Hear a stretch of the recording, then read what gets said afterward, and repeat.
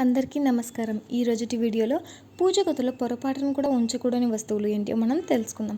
వాస్తుశాస్త్రం ప్రకారం కఠోరమైన రూపాన్ని కలిగి ఉన్న దేవుళ్ళు లేదా దేవతల చిత్రాలను లేదా విగ్రహాలను ఎప్పుడూ పూజా గదిలో ఉంచకూడదు.